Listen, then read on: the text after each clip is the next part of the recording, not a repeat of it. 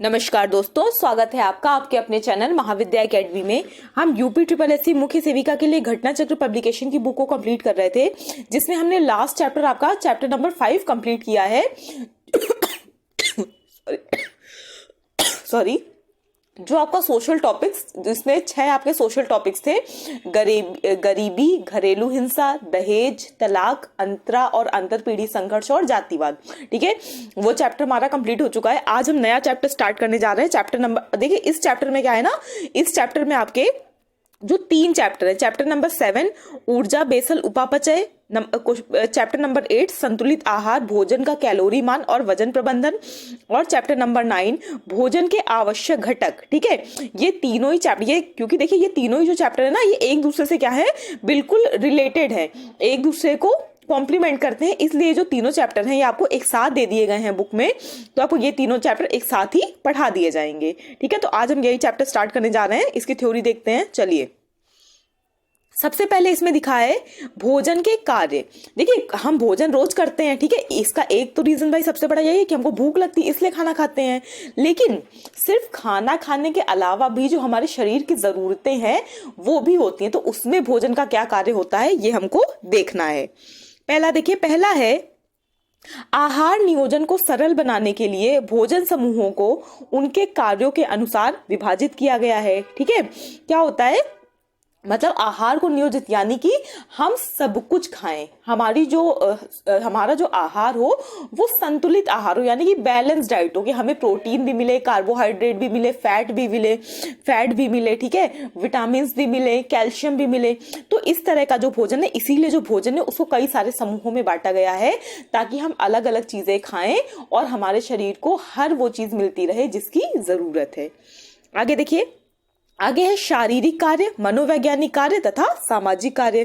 ठीक है, ये तीनों ही कार्य किसके हैं, भोजन के ये कार्य हैं। देखिए, अगर आपको दिया जाएगा निम्नलिखित में से भोजन के कार्य कौन से हैं, शारीरिक कार्य, सामाजिक कार्य, ठीक है, और बौद्धिक कार्य, मनोवैज्ञानिक कार्य, और ये, ठीक है, तो देखिए आप शारीरिक कार्य, ठीक है, और बौद्धिक कार्य तो कर लेंगे, क्योंकि आपको पता होगा ना कि बादाम खाने से क्या तेज होता है, दिमाग तेज होता है, तो ये बौद्धिक कार्य इससे आप समझ लेंगे।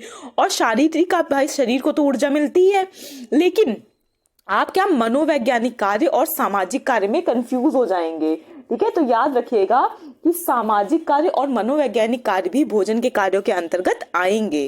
ठीक, आगे देखिए, एक कहावत है बहुत famous, what you eat is what you are, यानी कि आप जो खाते हैं आप वैसे ही बन जाते हैं। ठीक है, क्या है, देखिए, कोई एक इंसान है जो बहुत ज्यादा तला भुजा, जो आप बाहर का खाना है, जंक फूड है, ये सब खाता है, और एक इंसान है वो प्रॉपर जूस पीता है, बैलेंस डाइट लेता है, बहुत मतलब अच्छे से अपनी डाइट को प्रॉपर रखता है, तला भुजा नहीं खाता है, एक्सरसाइज करता है।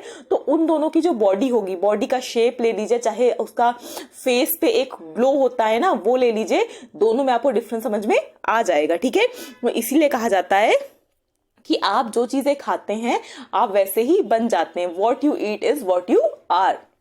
आगे देखिए, आगे है, इनमें से सबसे प्रमुख अर्थात शारीरिक कार्य या पोषण के आधार पर खाद्य पदार्थों को मुख्य रूप से निम्नवत विभाजित किया जा सकता है। कौन कौन सा, यानी कि शारीरिक कार्य के आधार पर जो खाद्य पदार्थ हैं उनको 3 हिस्सों में विभाजित किया जा सकता है। कौन कौन से, पहला है ऊर्जा देने वाले खाद्य पदार्थ, दूसरा है शरीर का गठन बढ़ाने वाले यानी कि बॉडी बिल्डिंग वाले खाद्य पदार्थ, मुख्यतः इसमें प्रोटीन आएगा, और सी है आपका संरक्षण और विनियमन वाले खाद्य पदार्थ। पहले देखिए, पहले कौन से हैं, सबसे पहले आपके ऊर्जा देना। ठीक है, ऊर्जा देना क्या है, देखिए, मानव शरीर कभी आराम नहीं करता, पेशेवर और मनोरंजक गतिविधियों जैसे स्वैच्छिक प्रक्रियाओं और श्वसन, रक्त परिसंचरण जैसी अनैच्छिक प्रक्रियाएं होती रहती हैं जो शरीर में होती हैं।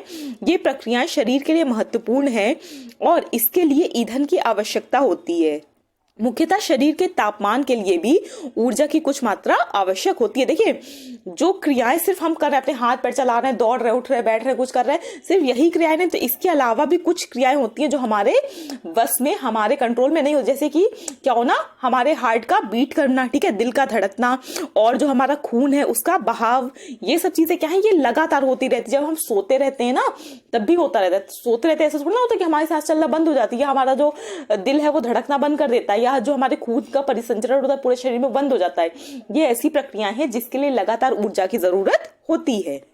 आगे देखिए, आगे है कार्बोहाइड्रेट और वसा युक्त खाद्य पदार्थ शरीर को ऊर्जा प्रदान करने वाले प्रमुख स्रोत हैं।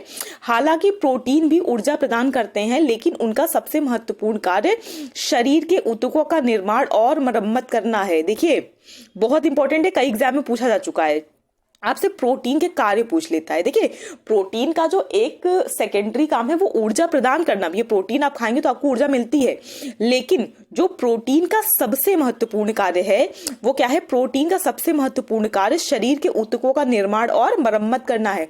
याद कर लीजिए, इसको लिख लीजिएगा कहीं पर, ठीक है, नोट्स इसके बना लीजिए। प्रोटीन का सबसे महत्वपूर्ण कार्य शरीर के ऊतकों का निर्माण और मरम्मत करना है। आगे देखिए, आगे है कार्बोहाइड्रेट के अंतर्गत स्टार्च, शर्करा और सेल्यूलोज आदि शामिल होते हैं। वसा के प्रमुख स्रोत वनस्पति मक्खन, घी, नट और तिलहन है। ऊर्जा से भरपूर खाद्य पदार्थ भारतीय पारंपरिक आहार का एक बड़ा हिस्सा है। पोषक तत्वों द्वारा उत्पन्न ऊर्जा की मात्रा इस प्रकार है। कौन कौन सी? देखिए पोषक तत्वों द्वारा जो ऊर्जा की मात्रा मिलती है वो इस प्रकार है। 1 ग्राम कार्बोहाइड्रेट से 4 किलो कैलोरी ऊर्जा उत्पन्न होती है। यानी कि अगर आप 1 ग्राम कार्बोहाइड्रेट लेते हैं तो आपके शरीर को 4 किलो कैलोरी ऊर्जा मिलती है। सेकंड है 1 ग्राम वसा से 9 किलो कैलोरी ऊर्जा उत्पन्न होती है। अगर आप 1 ग्राम वसा लेते हैं, वसा खाते हैं, तो आपको 9 किलो कैलोरी ऊर्जा मिलती है। नेक्स्ट है आपका 1 ग्राम प्रोटीन। तो अगर आप 1 ग्राम प्रोटीन खाते हैं तो आपको 4 किलो कैलोरी ऊर्जा मिलती है। देखिए अगर आपसे कंपैरिजन पूछ लिया जाए क्या कि अगर आप 1 ग्राम कार्बोहाइड्रेट, 1 ग्राम वसा और 1 ग्राम प्रोटीन लेंगे तो आपको सबसे अधिक कैलोरी किसमें प्राप्त होगी? याद रखिएगा सबसे अधिक कैलोरी किससे मिल रही है? 1 ग्राम वसा से। यानी कि 1 ग्राम वसा लेने पर आपको 9 किलो कैलोरी मिल रही है। तो अगर आप तीनों ही चीजें कार्बोहाइड्रेट, वसा और प्रोटीन बराबर मात्रा में लेंगे तो इन तीनों में से वसा से आपको सबसे ज्यादा कैलोरी प्राप्त होगी। और देखिए ये जो तीनों ही मेजरमेंट है ना कि 1 ग्राम से इतना, 1 ग्राम से इतना, 1 ग्राम से इतना, ये याद कर लीजिए, ये इंपॉर्टेंट है। इससे आपको जो आगे भी कई कैलकुलेशन मान लीजिए आपसे पूछ लेगा कि मान लीजिए 50 ग्राम प्रोटीन से कितने कैलोरी मिलती है, तो इधर 50 का गुणा करिए, उधर 50 का गुणा करिए, ठीक है, आपका आंसर आ जाएगा। तो ये जो तीनों यूनिट्स हैं ये याद कर लीजिएगा कि 1 ग्राम से कार्बोहाइड्रेट से कितनी कैलोरी मिल रही है, 1 ग्राम वसा से कितनी मिल रही है और 1 ग्राम प्रोटीन से कितनी मिल रही है। आगे देखिए, आगे है शरीर की गठन बढ़ाना। मानव शरीर के विभिन्न अंगों जैसे मांसपेशियों, हड्डी और अंगों को प्रोटीन द्वारा बनाया जाता है और टूटने फूटने पर, ये देखिए आपका यहाँ परीक्षा उपयोगी तथ्य दिया है, टूटने फूटने पर इनकी मरम्मत भी किया जाता है। इस प्रकार शरीर का निर्माण भोजन का एक महत्वपूर्ण कार्य है। बॉडी बिल्डिंग खाद्य पदार्थ मानव शरीर को प्रोटीन प्रदान करते हैं। दूध और दुग्ध उत्पाद, ठीक है, यहाँ क्या है, अब यहाँ आगे आपके दूध और दुग्ध उत्पाद यानी कि दूध और दूध से बनने वाली चीजें। दूध और दुग्ध उत्पाद दालें, अनाज, मांस, मछली, मुर्गी, नट आदि जैसे कुछ ऐसे स्रोत हैं जो मानव शरीर को प्रचुर मात्रा में प्रोटीन प्रदान करते हैं।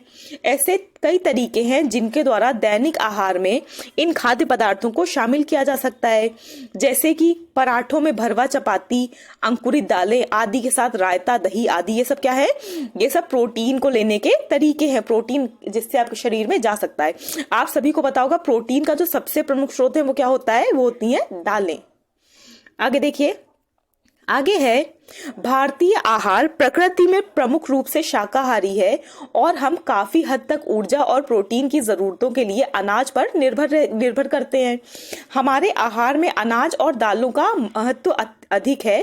शाकाहारी भोजन में अच्छी गुणवत्ता वाले प्रोटीन को सुनिश्चित करने के लिए कोई भी व्यक्ति दाल के संयोजन का विकल्प चुन सकता है, जैसे खिचड़ी, रोटी, दाल और सांभर, इडली आदि।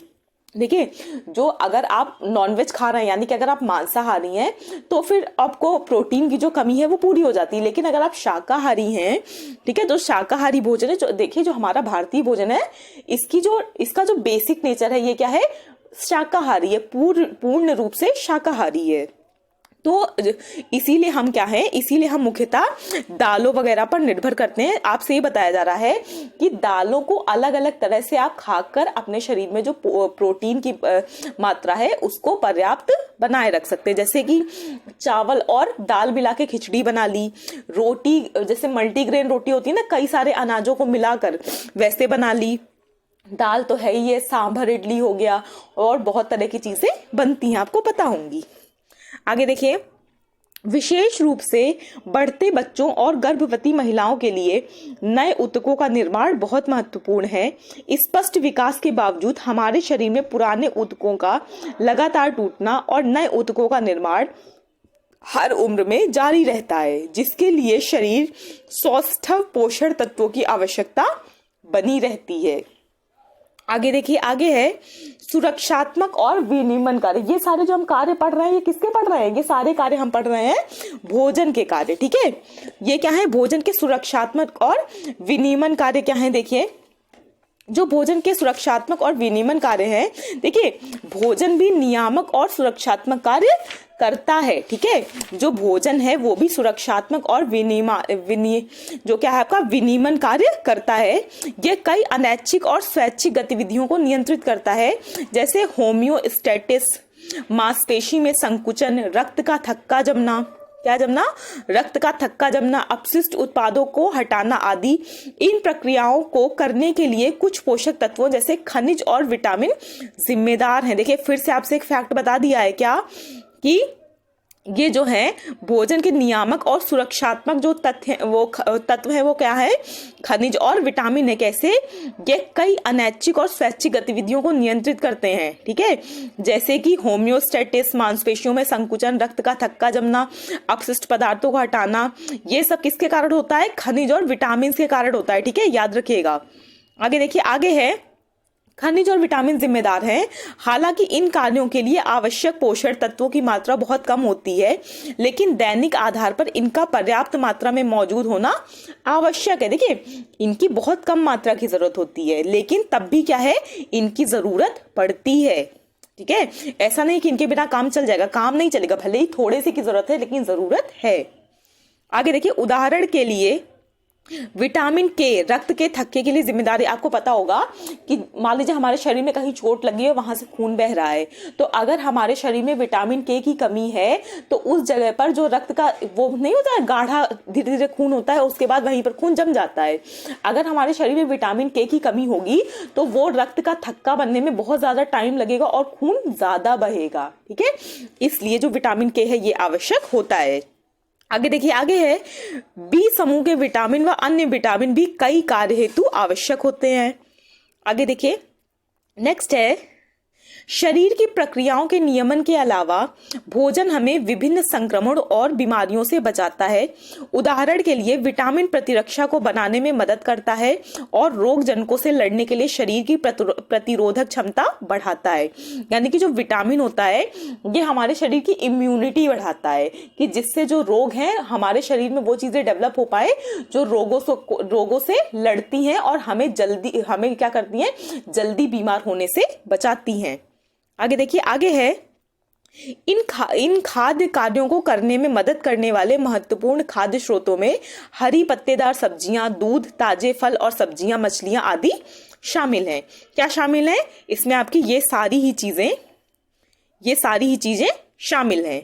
आगे देखिए, आगे आपका एक चार्ट दिया है, ठीक है, जिसमें भोजन के कार्य आपको बताए हैं, ठीक। देखिए, भोजन के शारीरिक कार्य क्या हैं? भोजन के शारीरिक कार्य है ऊर्जा देना, यानी कि ऊर्जा किससे मिलेगी आपको? कार्बोहाइड्रेट और वसा से। और इसके स्रोत क्या है कार्बोहाइड्रेट और वसा के? एक ऐसे देखिए, ठीक है, लेकिन आपको छोटा करके दिखेगा नहीं, हाँ ऐसे देखिए। देखिए, भोजन का जो शारीरिक कार्य है वो क्या है? ऊर्जा देना। और ऊर्जा किससे मिलती है? ऊर्जा मिलेगी आपको साबुत अनाजों से, वसा और तेल से, तिलहन से और शर्करा से। नेक्स्ट है आपका भोजन के मनोवैज्ञानिक कार्य। देखिए, भोजन का मनोवैज्ञानिक कार्य क्या है? शरीर का गठन, यानी कि शरीर को बढ़ाने में मदद करना, शरीर को बढ़ाना। और ये किससे हो पाएगा? ये किन चीजों से होगा? प्रोटीन से। ठीक है, प्रोटीन क्या करता है? हमारे शरीर में ऊतकों का निर्माण करता है, नई मांसपेशियों का निर्माण करता है और पुराने की मरम्मत करता है। तो ये प्रोटीन किससे मिलेगा? दाल से, तिलहन से, दुग्ध और दुग्ध उत्पादों से, मांस से, मछली से। नेक्स्ट देखिए, नेक्स्ट है आपका भोजन के सामाजिक कार्य। ठीक है, तो भोजन के सामाजिक कार्य क्या है? भोजन में सामाजिक कार्य सुरक्षात्मक और विनियमन, यानी कि जो खनिज और विटामिन है ये क्या करते हैं? ये भोजन के सुरक्षात्मक और विनियमन कार्य करते हैं। और विटामिन और खनिज हमें किन से मिलेंगे? ये हमको मिलेंगे हरी पत्तेदार सब्जियों से, अन्य सब्जियों से, फल से, अंडे से, दुग्ध व दुग्ध उत्पादों से, यानी कि दूध और दूध से बनी चीजों से, और मांस उत्पादों से। ठीक है, और देखिए आपसे क्या पूछा जाएगा कि इनमें से कौन सा खाद्य समूह ऊर्जा देने का काम करता है, या शरीर का शारीरिक कार्य, शारीरिक भोजन का शारीरिक कार्य कौन कौन सा है। ठीक है, तो इस तरह की चीजें आपसे पूछी जाएंगी। इस चार्ट को, ये जो आपका चार्ट बना हुआ है ना, इसको कम्युनिटी पोस्ट में पोस्ट कर दिया जाएगा। इसको आप अच्छे से देख लीजिएगा एक बार। आगे देखिए, आगे है भोजन के मनोवैज्ञानिक कार्य। भोजन के मनोवैज्ञानिक कार्य देख लीजिए क्या है। अब तक हम क्या देख रहे थे? अब तक हम देख रहे थे भोजन के जो आपका सुरक्षात्मक कार्य है वो देख रहे थे। इसके बाद क्या आएगा? अब आया है भोजन के मनोवैज्ञानिक कार्य। देखिए, एक अन्य कार्य जो भोजन करता है वह है मनोवैज्ञानिक कार्य। विभिन्न खाद्य पदार्थ मनुष्य में तनाव, खुशी आदि जैसी विभिन्न प्रकार की भावनात्मक आवश्यकताओं को पूरा करने में मदद करते हैं। उदाहरण के लिए चॉकलेट जैसे खाद्य पदार्थ अक्सर तनाव में राहत देते हैं। आपको पता होगा कि चॉकलेट या कॉफी जो है ये क्या करता है? जो हमारा स्ट्रेस लेवल है इसको कम करता है। माँ अपने बच्चे को स्तन का दूध पिलाती है जिससे उसके नवजात शिशु की सुरक्षा की भावना विकसित होती है। परिवार के सदस्यों के लिए भोजन तैयार करना प्यार और स्नेह पैदा करता है। ये क्या है? भोजन के मनोवैज्ञानिक कार्य हैं, यानी कि भोजन का हमारे जो मतलब हमारा मानसिक स्तर पर जो भोजन प्रभाव डालता है वो कार्य आपको बताए गए हैं। आगे देखिए, भोजन के सामाजिक कार्य क्या है? देखिए, मनुष्य क्या है? एक सामाजिक प्राणी है और भोजन उसे सामाजिक बनाने में मदद करता है। भोजन का समय केवल भोजन के सेवन का अवसर नहीं है, बल्कि लोगों के लिए उनका कुछ अन्य सामाजिक कार्य करने का भी है। ये किसने कहा था? ये सिमोर ने कहा था। भोजन करने वाले सामाजिक कार्य हैं। देखिए, कभी कभी ऐसा होता है कि भोजों का आयोजन क्या था, उसका आयोजन ये नहीं होता कि खाली पेट भर लो। इसका आयोजन इसलिए भी किया जाता है कि लोग क्या करें, एक दूसरे से मिले जुले, एक दूसरे की दुख परेशानियां तकलीफें समझे, क्या हो रहा है, क्या समाज में होना चाहिए, किस तरह की चीजें चल रही हैं। इन सब के लिए भी कई आयोजन किए जाते हैं, जिनका जो मतलब फ्रंट में क्या दिखा दिया जाता है कि भाई क्या है? भोजन है, ठीक है, निमंत्रण है, लेकिन क्या होता है उसका पीछे का जो मकसद है सभाओं को बुलाने का वो कुछ और होता है। आगे देखिए, भोजन को सभी समारोहों, बैठकों और शादी, जन्मदिन, पार्टियों आदि जैसे विशेष अवसरों का केंद्रीय घटक कहा जाता है। आपसे क्वेश्चन बन सकता है कि शादी समारोहों, बैठकों और शादी, जन्मदिन आदि विशेष अवसरों का केंद्रीय घटक क्या है? केंद्रीय घटक क्या है? मतलब कोई सोशल कार्य करना, कुछ करना, तो याद रखिएगा इसका केंद्रीय घटक क्या है? भोजन भी है। ठीक है, जो भोजन है ये इनका केंद्रीय घटक भी हो सकता है। एक मुख्य रीजन यानी कि एक मुख्य फैक्ट जाता है। इस प्रकार यह मनुष्यों को एक साथ लाने और सामाजिक समारोहों और विचारों का आदान प्रदान करने के एक वाहक के रूप में कार्य करता है।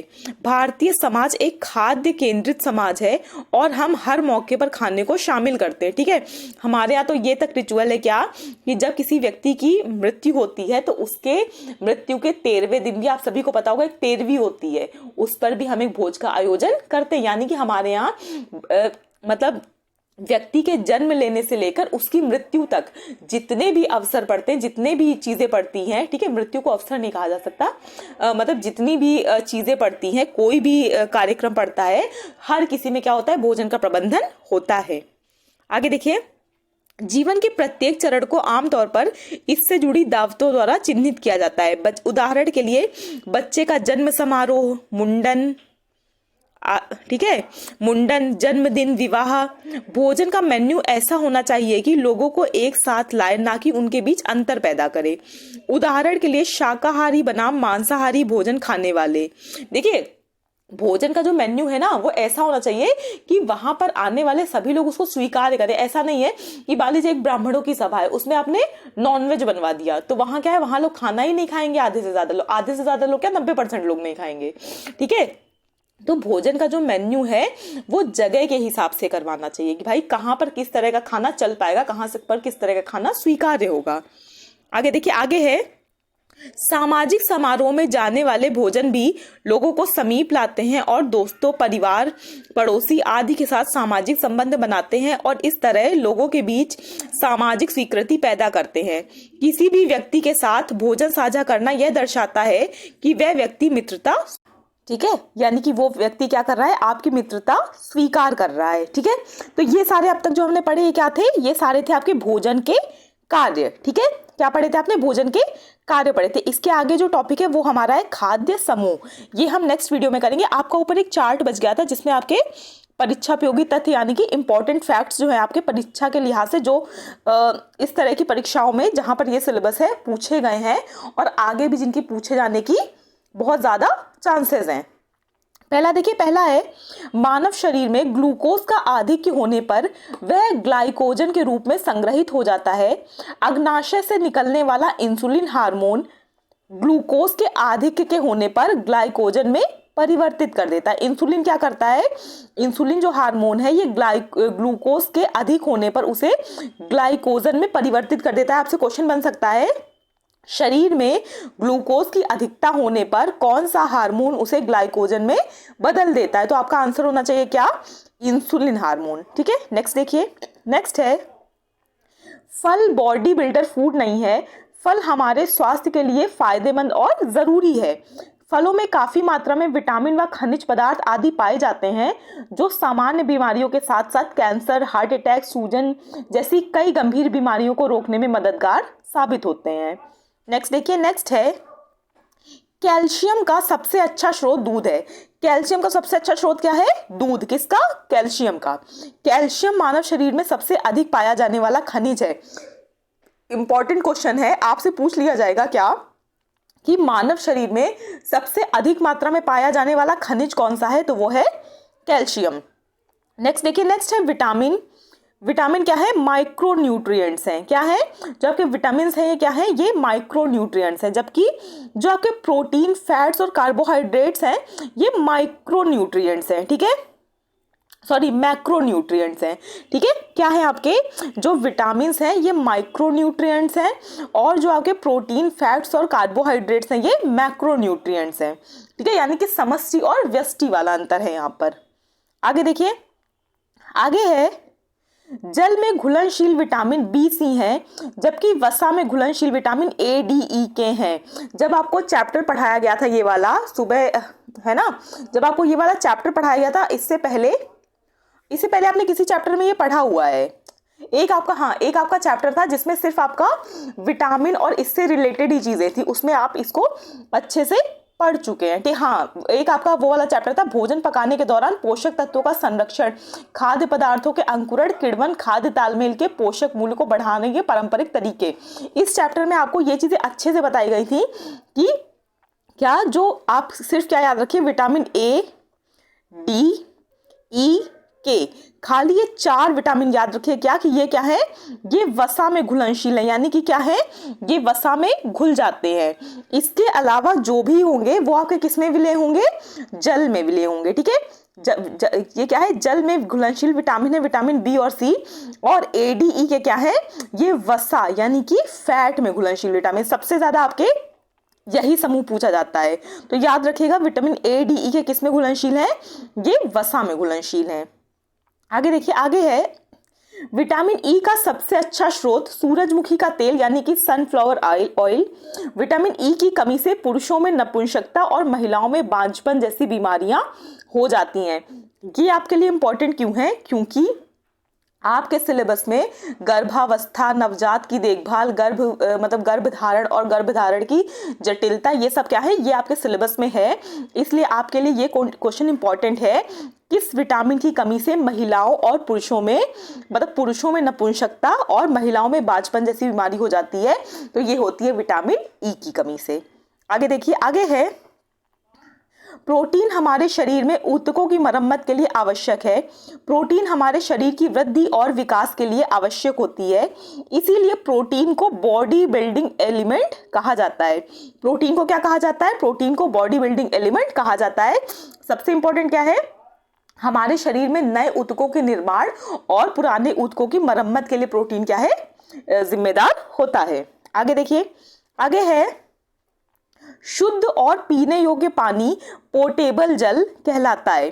जो शुद्ध और पीने योग्य पानी है उसको क्या कहते हैं? उसको कहते हैं पोर्टेबल जल। ठीक है, आगे देखिए, आगे है विटामिन ई का रासायनिक नाम टोकोफेरॉल है। क्या है? टोकोफेरॉल है। ठीक है, क्या है? याद रखिएगा, आपको देखिए सभी विटामिन के जो है वो रासायनिक नाम पता होने चाहिए।